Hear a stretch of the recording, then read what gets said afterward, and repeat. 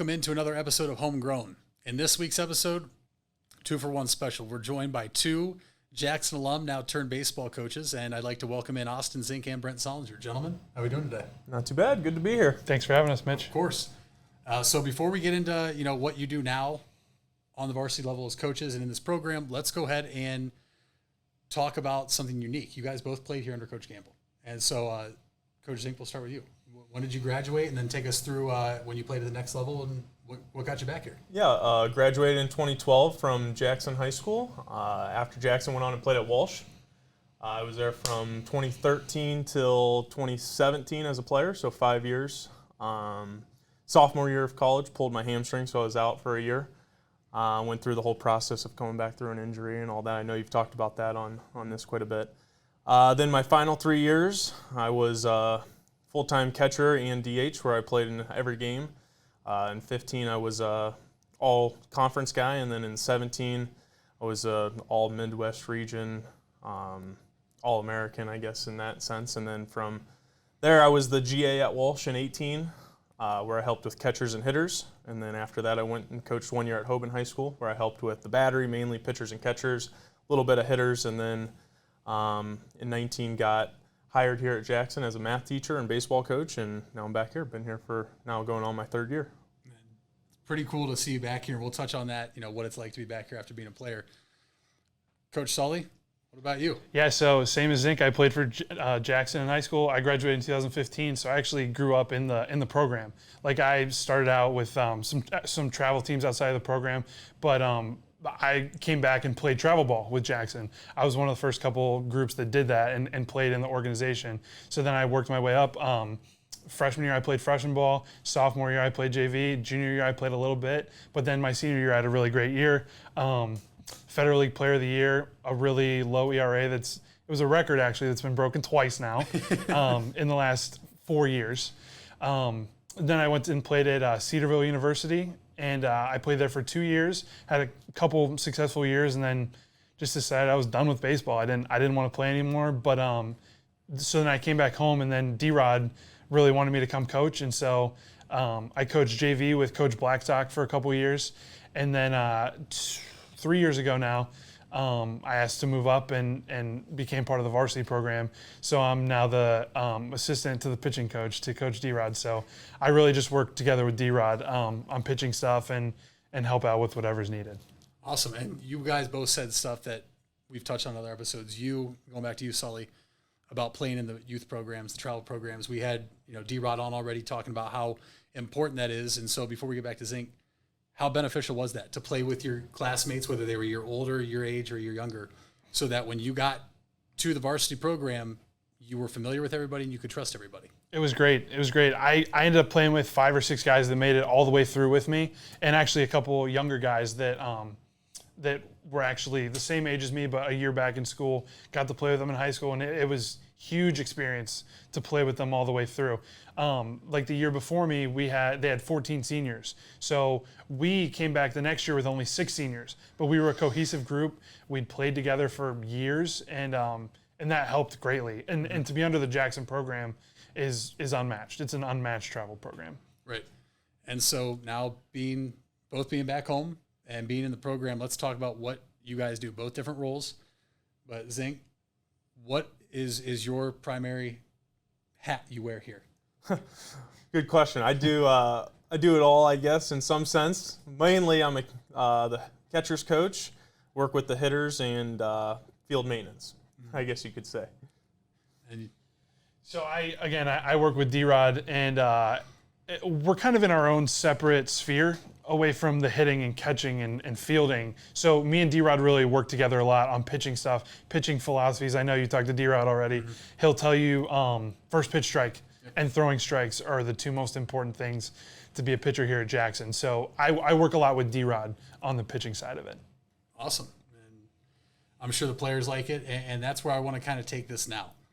You guys both being under the umbrella, both played for Coach Gamble, and Szink, we'll start with you. Is it easier for you to come back here and coach because you're able to connect more with the players, because you're able to, one, be a walking example of been there, done that almost under Coach Gamble, and you can just connect a little easier with them? Yeah, Coach Gamble came in my junior year of high school, so I had him for junior and senior year. Really kind of understood the philosophy and the program that he was trying to get to and what he was trying to get to as a head coach of a program. And then after leaving here, I kind of had some roots still in the program, was still involved, doing some odds and ends, doing field maintenance stuff in the summers, helping out with coaching a little bit there. But yeah, it was it's a good opportunity when you've been a student in the district. I went from Jackson all the way from kindergarten to senior year, K through 12. So you know what the kids are walking through. You know the walk through the hallways. You know the teachers. You know the people in the district. And now being a teacher even more, you see them in the building every day. So you know what they're going through. And you know the obstacles they face and the pressures they face from living in Jackson Township and how much success our community brings and what their expectation is and what they're trying to reach every day. Would you say the same thing? No, yeah, I have to piggyback on what Szink just said. The expectations are something that's huge. And if you've never been a part of our program, you don't understand it necessarily. So a lot of the players are feeling this pressure to be successful because we've built this great program. And so for me, I think it helps to be able to relate to the players a little differently than Coach Gamble can't relate to them the same way I can because I played for Coach Gamble and now I can help relate, here's how we do things, but I can see it from the perspective of a coach now and also from the perspective of the player when I played in the program and to help manage expectations, I guess I'd say. Right.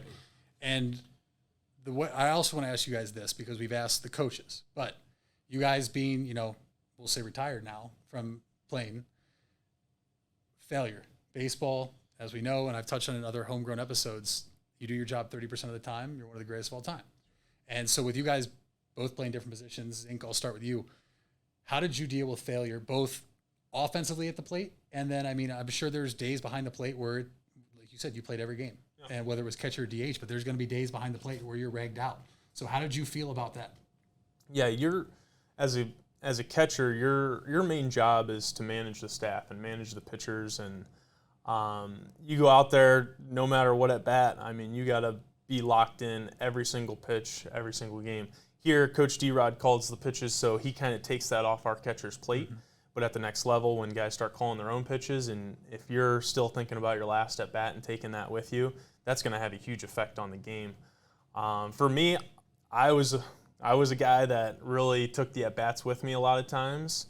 When I started to learn how to manage that and kind of when you walk back in the dugout, you just set your helmet down, you take a deep breath, grab some water, and you just let it sink in that you got to play the next play, you got to play the next at-bat. That's when I really started to find a lot of success at the plate hitting-wise. And so we go from offensively, and Sully, senior year, became a PO. I know you hit up until then, but let's talk about your senior year then, and then also your 2 years at Cedarville. Sure. How do you deal with failure as a pitcher? I know you don't want to fail, but we know this is a game of failure. And so what was your mentality as a starting pitcher, and how were you able to carry that, whether it was a good outing or a bad outing? So I'll start with one of the most humbling times was, again, my senior year, I was 6-0, and I gave up like 6 runs in 60 innings. Like, I didn't fail much my senior year. So then I went to Cedarville, and we struggled my freshman year. I vividly remember we played at Ashland on a Tuesday afternoon, and I gave up 10 runs in the first inning.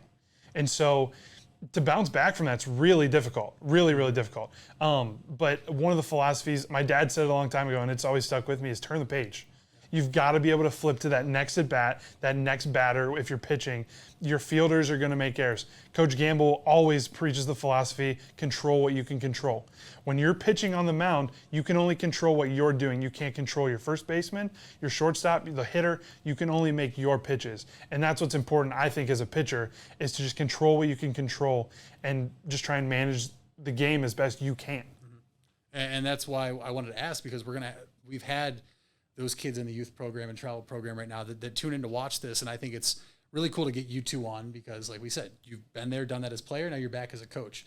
And so what I want to ask is, with you guys sitting here now, if you had any words of advice for these kids in the 9, 10, 11, 12, all the way through 14 in the travel program, maybe it's incoming freshmen, what word of advice would you have for them coming into the program now?